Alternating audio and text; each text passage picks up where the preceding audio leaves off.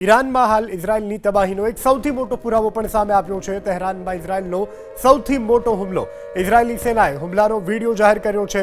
આઈડીએફના હુમલામાં તબાહ અનેક ઇમારતો।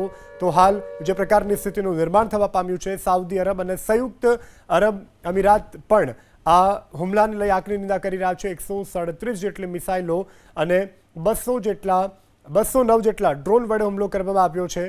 તો ખામેનેઈના મોત બાદ હાલ ઈરાન વધુ આક્રમક બન્યું છે।